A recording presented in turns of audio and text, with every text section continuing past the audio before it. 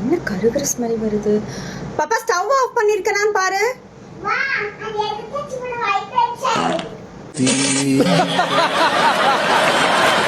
என்னடா சன் நியூஸ்கார இன்னும் சும்மாவே இருக்கானே, இந்நேரத்துக்கு ஏதாவது ஒரு குளறுபடி பண்ணிருக்கணுமே அப்படின்னு நினைச்சு முடியல. அதுக்குள்ள இந்த ஒரு நியூஸ் வந்துருச்சு.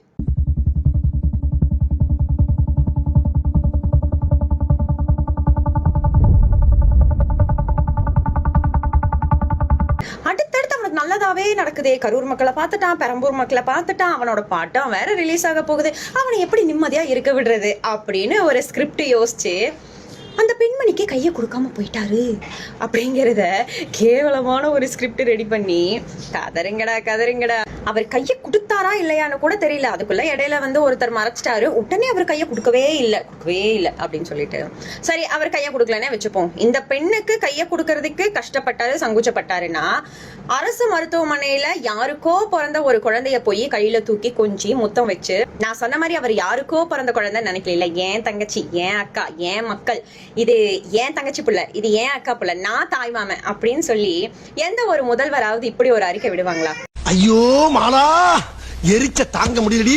சிஎம் சார் கிட்ட சொல்லி இனிமே கொத்தடிமை எங்கெல்லாம் இருக்காங்களோ அங்கெல்லாம் ஃபயர் சர்வீஸ் நிறுத்தி வைக்கணும்னா அப்படின்னு ஒரு மனு போடணும்.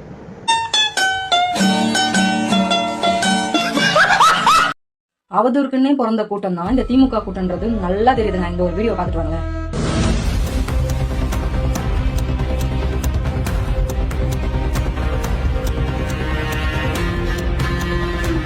இந்த ஒரு வீடியோவில் அண்ணா அவங்களுக்கு கை கொடுக்கலையாம்.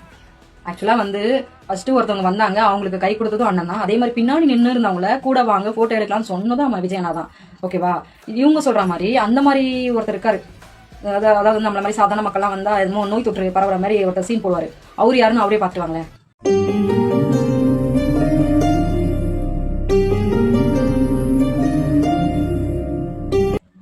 இவர் தான் அவர். எங்க விஜய் அண்ணா இவர மாதிரி நினைச்சிட்டாங்க போல. சான்ஸே இல்ல, நீங்க யார வேணா சொல்லுங்க. விஜய் அண்ணா இந்த மாதிரி மக்களை அவமதிக்கிற ஆளே கிடையாது. வேற யாருன்னா சொன்னா கூட திங்க் பண்ணியாச்சும் பார்ப்போம். ஆனா விஜய் அண்ணா இப்படி சொன்னா சுத்தமா நம்ப மாட்டோம். அது அந்த வீடியோல விஜய் அண்ணா அவங்களுக்கு கை கொடுத்துருக்காரு.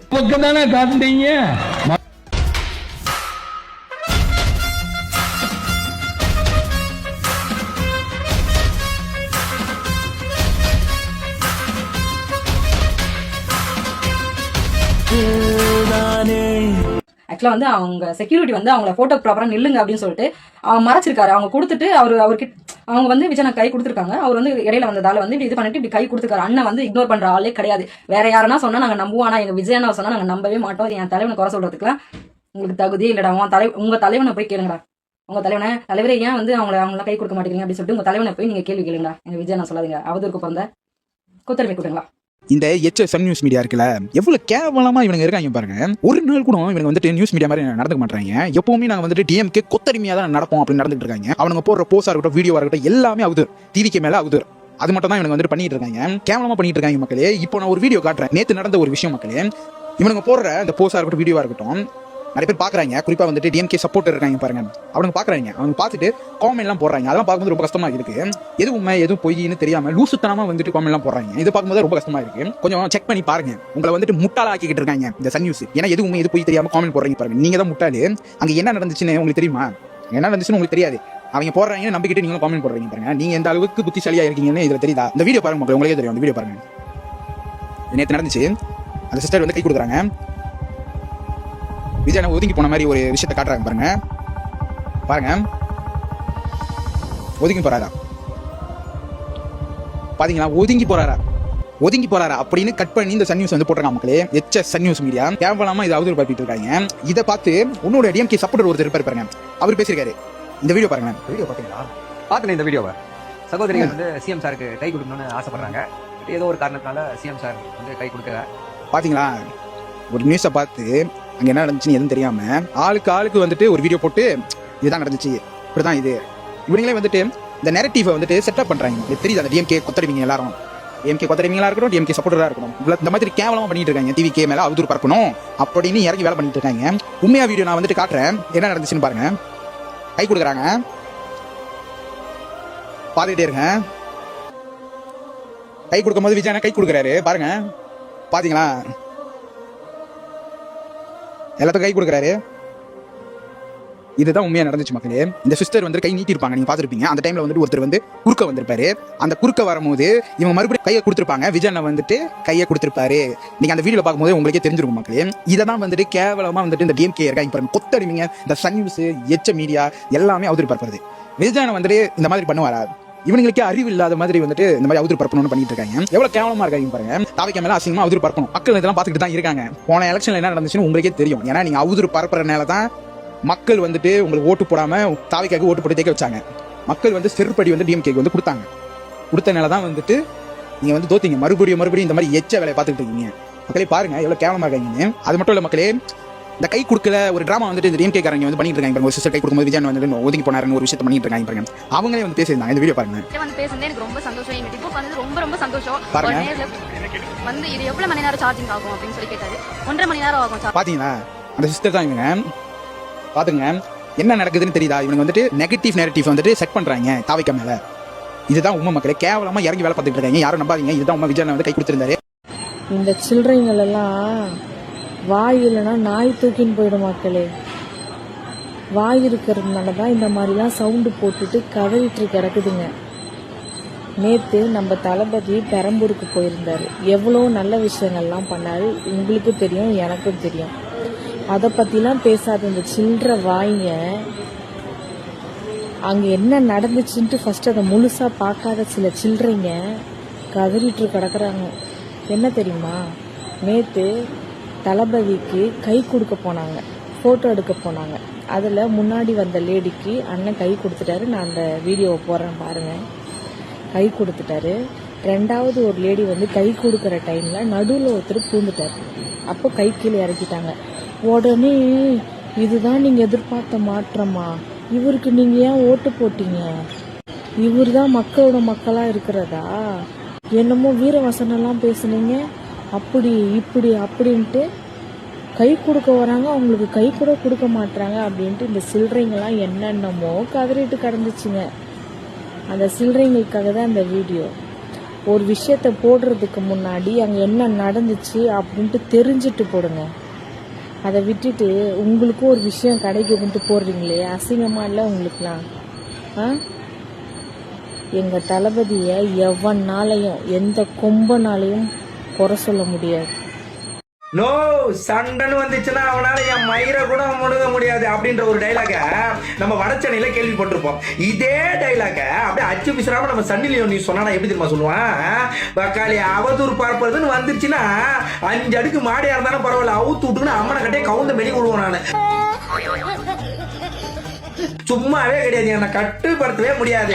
பிரார்த்தல் தொழில் வீரன், பேப்பர் ரவுடி கிடையாது, அவதூறு கண்ணிடா அப்படின்னு சன்னிலியோ நியூஸ் நேத்து பிரார்த்தல் தொழில் பண்றான் பாரு.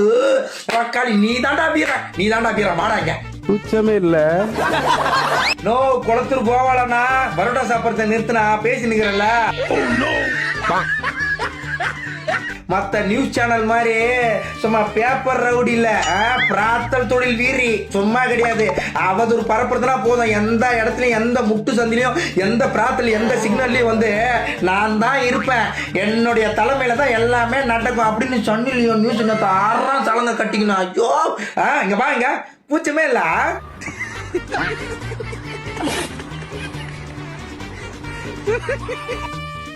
திராவிட முன்னேற்ற கழகத்தை சார்ந்த அது ஆனா இருந்தாலும் சரி பெண்ணா இருந்தாலும் சரி, ஏதாவது தமிழக வெற்றி கழகத்துக்கு எதிரான ஏதாவது ஒரு பதிவு போட்டுறதுன்னு வச்சுக்கோங்க, அவங்க அதிகபட்சம் நம்மள எப்படி விமர்சனம் பண்ணுவாங்க?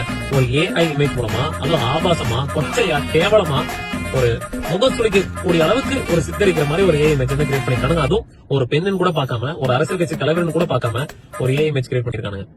எனக்கு ஒரே ஒரு டவுட் தான்.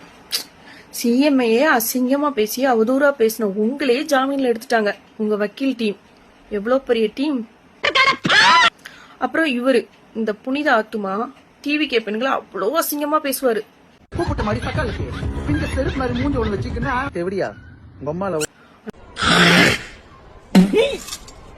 இந்த புனித ஆத்துமாவையும் உங்களோட பெரிய பெரிய வக்கீல்லாம் ஆஜராகி அந்த கேஸ ஒண்ணும் இல்லாம பண்ணிட்டாங்க. எவ்வளவு பெரிய ஆட்கள் வச்சிருக்கீங்க உங்க கையில.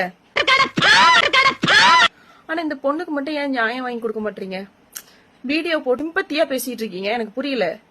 வீடியோ போடுறதுனால நியாயம் கிடைச்சிருமா? ஒருவேளை பொண்ணுன்றதுனால எந்த வக்கீலும் ஆஜராக மாட்டாங்களோ?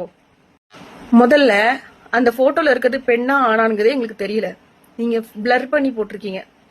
சரி, ஓகே, உங்களுக்கு வந்து பப்ளிசிட்டி அதை சொல்ல கஷ்டமா இருக்கும் என்னமோ, மேபி. எங்க கிட்ட சொல்ல வேண்டாம், ஆனா வந்து கிரைம் போலீஸ் இருப்பாங்க இல்லையா, அவங்க கிட்ட ஒரிஜினல் காட்டுங்க. எங்ககிட்ட நீங்க பிளர் பண்ணி தான் காட்டுறீங்க. ஸோ அதனால அது யாருன்னு கூட எங்களால பேச முடியல. யாருக்காக நாங்க நியாயம் பேசுறதுன்னு கூட எங்களுக்கு தெரியல. தப்பு பண்ணது யாரா இருந்தாலும் கம்ப்ளைண்ட் கொடுங்க, அரெஸ்ட் பண்ணுங்க, ஜெயில போடுங்க. இந்த பெண்களை அசிங்கப்படுத்துறவங்களெல்லாம் வந்து நாங்க ஆளா நின்று காப்பாத்துறதுக்கு நாங்க ஒன்னும் டிஎம்கே இல்ல, டிவிகே. ஸோ டிவிகேல இருக்கிறவங்களுக்கு எந்த அப்ஜெக்ஷனும் இல்ல. ஸோ அவர் மேல கம்ப்ளைண்ட் கொடுக்கலாம், ஆக்ஷன் எடுக்கலாம், ஒரு பிரச்சனையும் இல்ல. ஃபர்ஸ்ட் அவர் டிவிகே தானான்றத கண்டுபிடிக்க சொல்லுங்க அந்த கிரைம் போலீஸ்ட. ஏன் ஒருவேளை டிஎம்கே கூட இருக்கலாம். எனக்கு மேலதான் ஒரு சந்தேகம். ஏன்னா நம்ம வந்து ஸ்டாலின் சார் போட்டோ வச்சுட்டு என்னால கூட இதெல்லாம் பண்ண முடியும், இன்னொரு ஐடியா கிரியேட் பண்ணி. ஏன்னா இப்போ வந்து அவ்வளோ பெரிய டெக்னாலஜி உள்ள ஒரு உலகம். ஸோ அதனால ஃபர்ஸ்ட் கிரைம் போலீஸ்ட வந்து அது டிவிகேயா டிஎம்கேயான்னு கண்டுபிடிக்க சொல்லுங்க. அதுக்கப்புறம் மட்டும் பேசுங்க. அதுக்கு முன்னாடியே டிவிகே வாரியர்னு எங்க காலை பிடிச்சி அழுவாதீங்க ப்ளீஸ். என்ன லுக்கு அப்படியே கண்ணை புடிங்க தின்னு முடியும் முகரே பாரு முகரே. என்னடா என்ன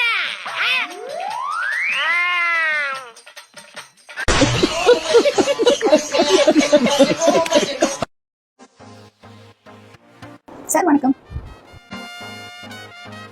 சார். அப்ப நீங்க ட்ரீட்மெண்ட்டுக்கு போலையா? வெக்கேஷனுக்கு போயிட்டு வந்த மாதிரி ஜாலியா வரீங்க. எனக்கு பல ப்ராப்ளங்கள் இருக்குது. உங்களுக்குமா? எங்களுக்கும் ஏகப்பட்ட பிரச்சனை சார், என்ன பண்றதுனே தெரியல. உங்களுக்கு என்ன sir problem? Allergy problem, neuro problem, heart problem. இதுக்கா சிங்கப்பூர் வரைக்கும் போனீங்க? ஜோசப் விஜய் என்னும் நான் அப்படின்றத கேட்டு உங்களுக்கு மட்டும் இல்ல சார், நிறைய பேருக்கு இந்த பிரச்சனை. அது உங்களுக்கு ரெய்டு அப்படின்னு ஒரு வார்த்தையை வேற நீங்க கேட்டுட்டீங்களா? அப்போ உங்களுக்கு கொஞ்சம் ஜாஸ்தி ஆகதான் செய்யும் சார், புரியுது எங்களுக்கு. இந்த 3 ப்ராப்ளத்துக்கு தான் அங்க போகணும் நான் முடிவெடுத்தேன். இதுக்கு நீங்க சிங்கப்பூர்ல சார் வேற எங்க போனாலும் இது ஒண்ணும் பண்ண முடியாது. ஏன்னா இதுக்கு மருந்து இல்லை, இது வரைக்கும் மருந்து கண்டுபிடிக்கவே இல்லை. இப்பதான் எங்க சிஎம் விஜய் அண்ணா மருந்து கண்டுபிடிச்சிட்டு இருக்காரு. நீங்க கவலைப்படாதீங்க சார், இதுக்காக நீங்க இனிமேல் சிங்கப்பூர் இல்ல வேற ஏதாவது இடத்துக்கு கூட நீங்க போகவே தேவையில்லை. ஏன்னா நம்ம விஜய் அண்ணா உங்களுக்கான ட்ரீட்மெண்ட் இங்கேயே ரெடி பண்ணிடுவாரு, நம்ம தமிழ்நாட்டிலேயே கிடைக்கும். இந்த ஓடுறது ஒளியறது பதங்கிறதெல்லாம் திராவிட இயக்கத்திற்கோ திராவிட முன்னேற்ற கழகத்திற்கோ கை வந்த கலை.